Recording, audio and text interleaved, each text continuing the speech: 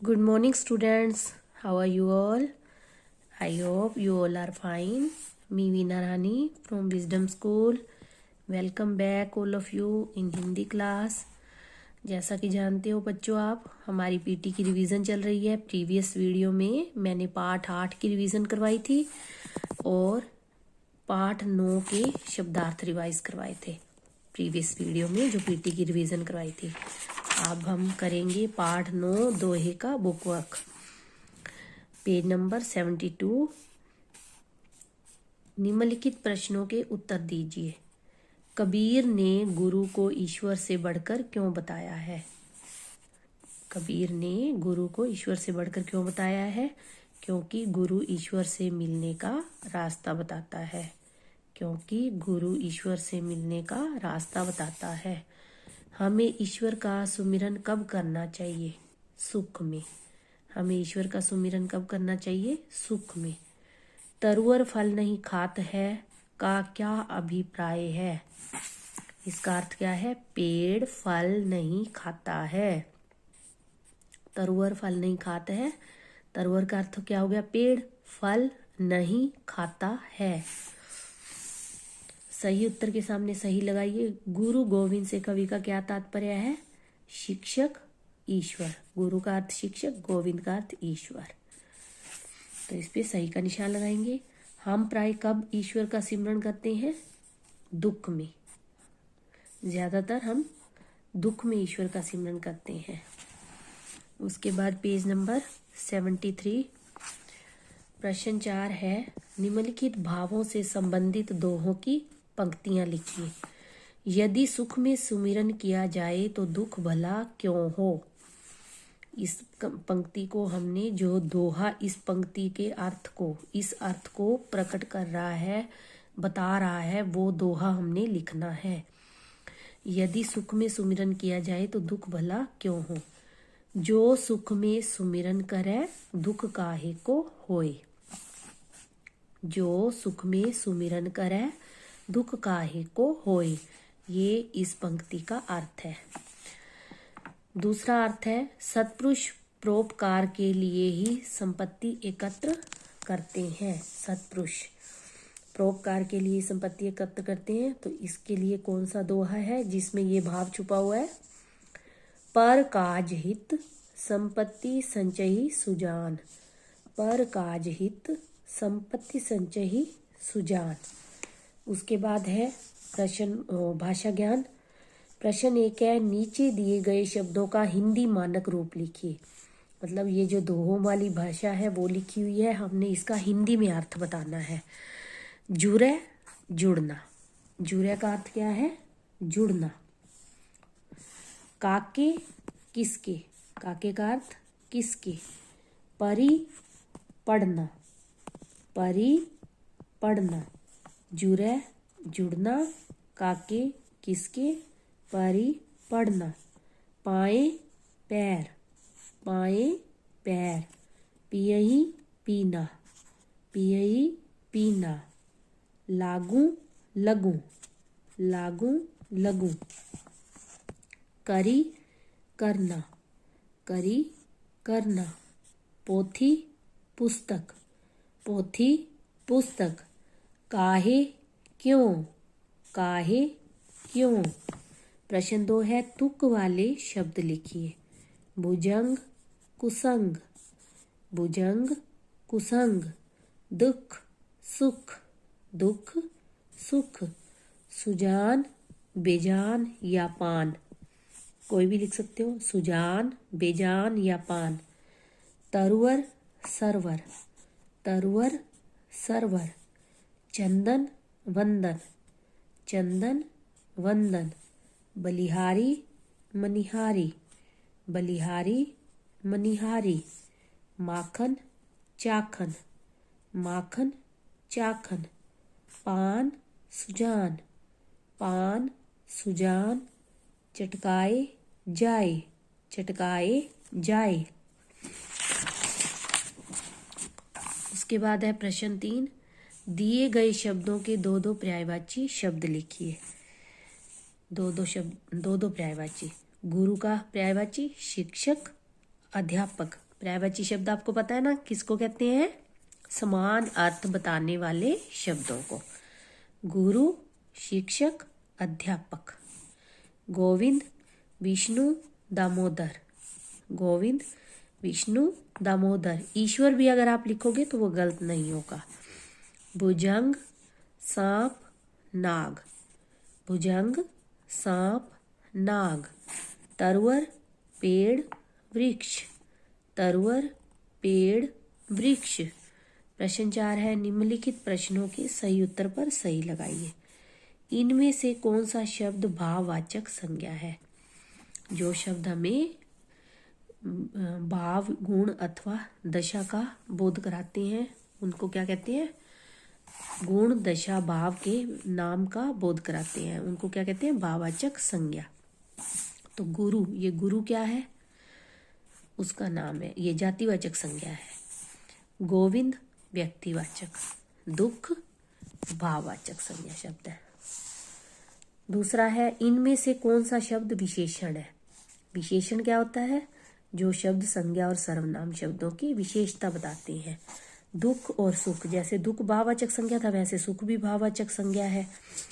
इसमें उत्तम क्या है? विशेषण शब्द है। इनमें से कौन सा शब्द सर्वनाम है? सर्वनाम क्या होते हैं? जो शब्द संज्ञा के स्थान पर प्रयोग किए जाते हैं। भुजंग, ये सांप हो गया, ये हो गया जातिवाचक संज्ञा शब्द। प्रेम, ये भाववाचक संज्ञा शब्द। आप क्या है? सर्वनाम। इनमें से कौन सा शब्द व्यक्तिवाचक संज्ञा है? व्यक्तिवाचक संज्ञा जो किसी विशेष व्यक्ति, स्थान, वस्तु आदि के नाम का बोध कराए। तो मित्र और गुरु तो है जातिवाचक संज्ञा शब्द। रहीम है व्यक्तिवाचक संज्ञा शब्द। चलिए अब करेंगे हम इसके प्रश्न उत्तर। दुख किसे नहीं होता है? जो व्यक्ति सुख में भी ईश्वर का सिमरन करता है उसे दुख नहीं होता है। दुख किसे नहीं होता है? जो व्यक्ति सुख में भी ईश्वर का सिमरन करता है, ईश्वर को याद करता है सुख में भी, उसे दुख नहीं होता है। प्रश्न 2 है, वृक्ष और सरोवर के उदाहरण से रहीम जी क्या कहना चाहते हैं? प्रश्न 2, वृक्ष और सरोवर के उदाहरण से रहीम जी क्या कहना चाहते हैं? इनके उदाहरणों से कवि का अभिप्राय यह है कि जिस प्रकार ये दूसरों का भला करते हैं। इनके उदाहरणों से कवि का अभिप्राय यह है कि जिस प्रकार ये दूसरों का भला करते हैं और दूसरों के लिए ही संचय करते हैं, उसी प्रकार प्रत्येक मनुष्य को दूसरों की भलाई करनी चाहिए। इनके उदाहरणों से कवि का अभिप्राय यह है कि जिस प्रकार ये दूसरों का भला करते हैं और दूसरों के लिए ही संचय करते हैं, उसी प्रकार प्रत्येक मनुष्य को दूसरों की भलाई करनी चाहिए और सज्जन बनकर दूसरों के लिए धन का संचय करना चाहिए। इनके उदाहरणों से कवि का अभिप्राय यह है कि जिस प्रकार ये दूसरों का भला करते हैं और दूसरों के लिए संचय करते हैं, संचय मतलब इकट्ठा करते हैं, भला, उपकार, भलाई, दूसरों का भला करते हैं, क्योंकि वृक्ष अपने फल कभी नहीं खाता और सरोवर अपना पानी कभी नहीं पीता। वह दूसरों के लिए एकत्र करते हैं, इकट्ठा करते हैं और दूसरों के लिए ही भले के बारे में ही सोचते हैं। मतलब वो ना, अगर वो खुद खाते या सरोवर खुद पानी पीता तो दूसरों के लिए नहीं बचता ना। वृक्ष अपने फल कभी नहीं खाता और सरोवर कभी पानी नहीं पीता, तो वो दूसरों का भला करते हैं इन चीज़ों से। तो इनके उदाहरणों से कवि का अभिप्राय यह है कि जिस प्रकार ये दूसरों का भला करते हैं और दूसरों के लिए संचय करते हैं, संचय मतलब इकट्ठा करते हैं, उसी प्रकार प्रत्येक मनुष्य को दूसरों की भलाई करनी चाहिए जिस प्रकार ये करते हैं, और सज्जन बनकर दूसरों के लिए धन संचय करना चाहिए। सज्जन अच्छा व्यक्ति, उत्तम पुरुष, दूसरों के लिए ही धन इकट्ठा करना चाहिए, संचय करना चाहिए। प्रश्न 3 है, क्या पढ़कर कोई पंडित नहीं हुआ?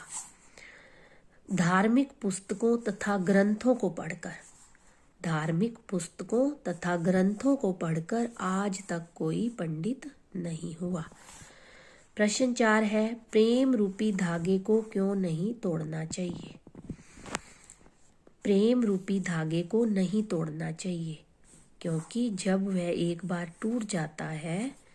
प्रेम रूपी धागे को नहीं तोड़ना चाहिए क्योंकि जब वह एक बार टूट जाता है तो वह फिर से जोड़ना मुश्किल हो जाता है। प्रेम रूपी धागे को नहीं तोड़ना चाहिए क्योंकि जब वह एक बार टूट जाता है तो वह फिर से जोड़ना मुश्किल हो जाता है, अर्थात जुड़ता नहीं है। यदि जुड़ भी जाता है तो उसमें गांठ अवश्य पड़ जाती है। प्रेम रूपी धागे को क्यों नहीं तोड़ना चाहिए? प्रेम रूपी धागे को नहीं तोड़ना चाहिए क्योंकि जब वह एक बार टूट जाता है तो वह फिर से जोड़ना मुश्किल हो जाता है, अर्थात जुड़ता नहीं है। यदि जुड़ भी जाता है तो उसमें गांठ अवश्य पड़ जाती है। उसके बाद हमारा ये था प्रश्न 3 है।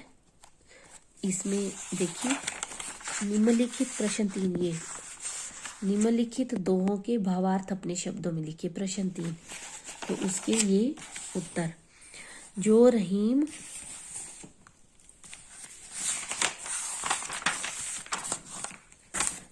रहीम उत्तम प्रकृति का करिक सकत कुसंग, चंदन विष व्यापत नहीं लिपटे रहत भुजंग।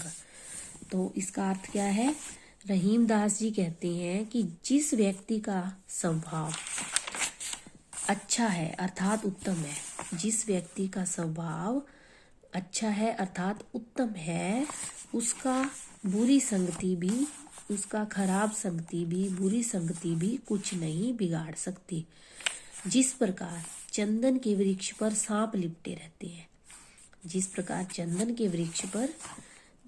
वृक्ष पर सांप लिपटे रहते हैं, सांप भुजंग सांप लिपटे रहते हैं चंदन के वृक्ष, फिर भी वह विष नहीं छोड़ता, लेकिन फिर भी वह अपनी खुशबू को फैलाना बंद नहीं करता।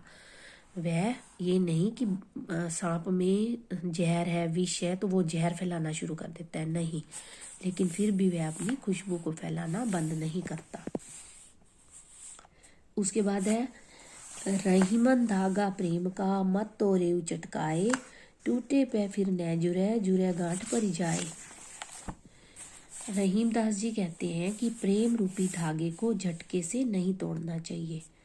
रहीम दास जी कहते हैं कि प्रेम रूपी धागे को झटके से नहीं तोड़ना चाहिए क्योंकि एक बार टूटने पर यह दोबारा नहीं जुड़ता।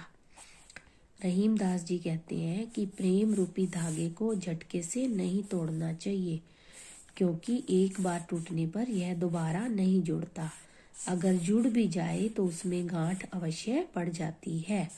अगर जुड़ भी जाए तो उसमें गांठ अवश्य पड़ जाती है।